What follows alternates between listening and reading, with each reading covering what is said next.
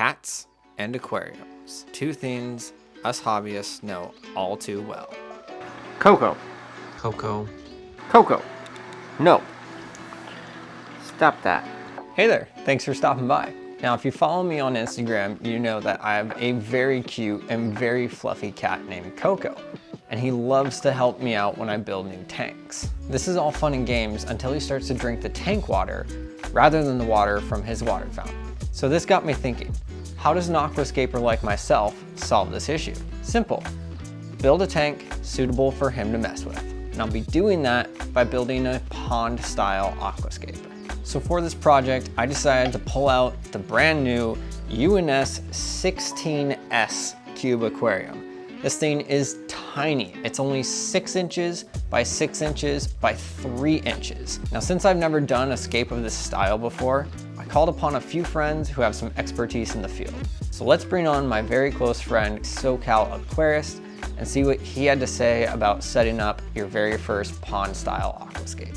How long have you been keeping pond tanks? I've been keeping pond tanks probably roughly 3 years now.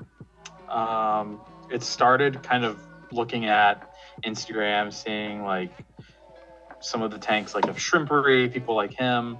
I got really inspired seeing that. And then I've had a pond when in my childhood home growing up. So like that kind of joy for riparian settings and having like that emergent growth plants has been something like I've enjoyed since I was a kid. It kind of like sparked some curiosity in me of like, ooh, like what's living in here? What fish can live in here? Well, you know, is there a frog? Is there a turtle? Like all that kind of stuff. So I think there's kind of like that nostalgic element of like bringing that back into your home with a little pond aquascape.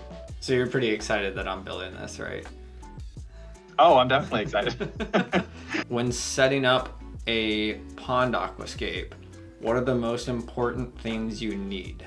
So for me, some of the essential elements to a pond aquascape, I mean, obviously are plants. Like it's not really a pond aquascape if you don't have that emergent growth. But in terms of like equipment or hardscape or soil, all that kind of stuff, I think it's important to have a really good nutrient-rich base for your plants to grow in. So I'm thinking something like contra soil or another, active soil like that. And then you need to kind of build up like that substrate wall, so to speak. And you can do that with like carpeting plants or with rock or with wood, but you're kind of terracing that up so that you can reach kind of like the edge of the tank and you'll have an easier time showing off that emergent growth.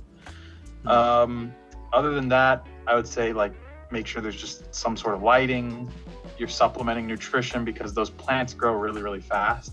So they're uptaking nutrients way faster than they would if they were growing completely underwater.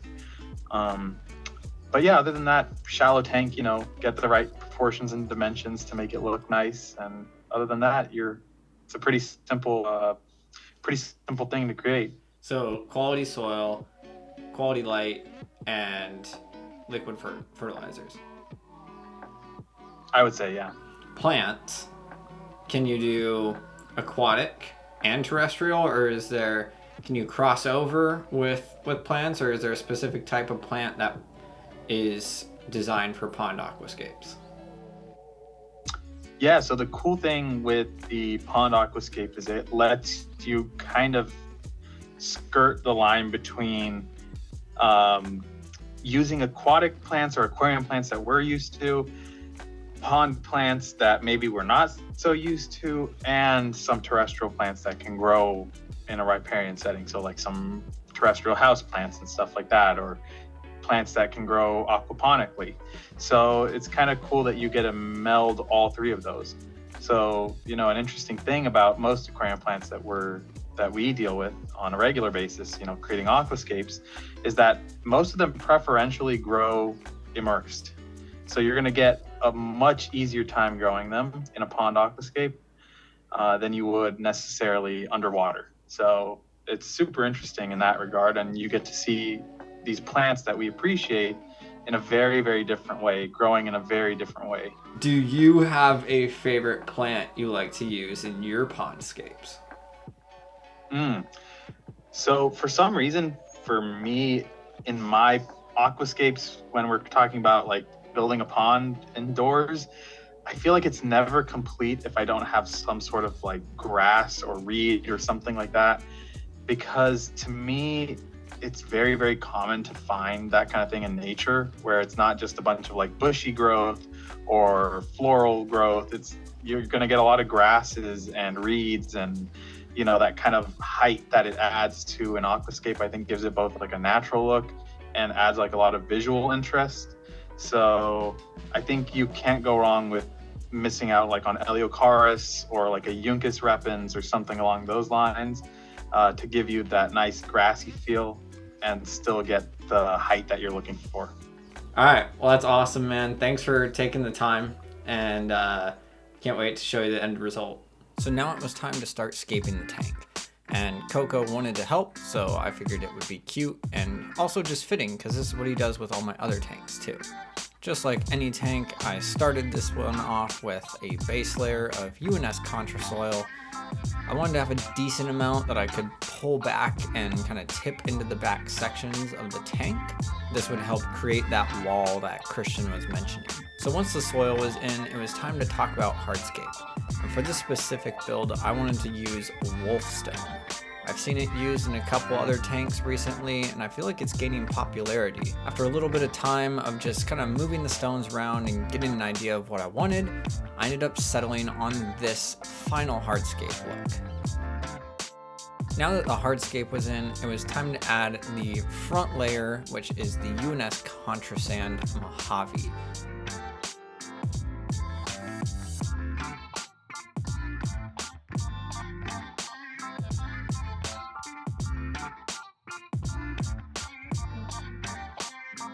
Once the hardscape and soil was in place, it was time to get out my spray bottle and get the tank ready for planting.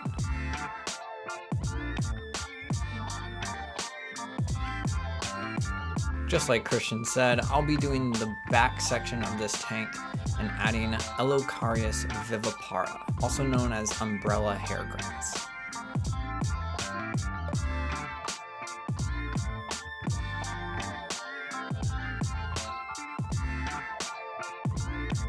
I decided to plant the mid-ground with Sagittarius subulata.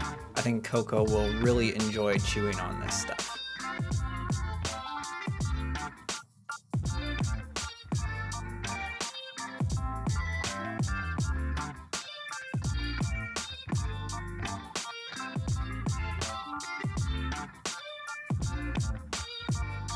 Now in the foreground, I decided to plant some crypt parva.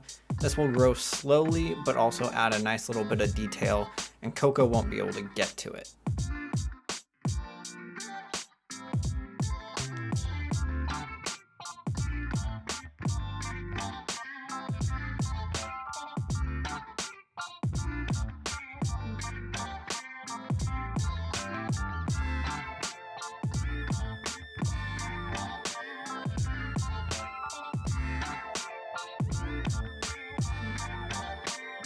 Now the last plant in the setup is the Anubias Nana Petite. This is primarily for details, but after a lot of research, I found out that Anubiases are still safe for cats to chew on, so this will be both submerged and immersed coming out in the front.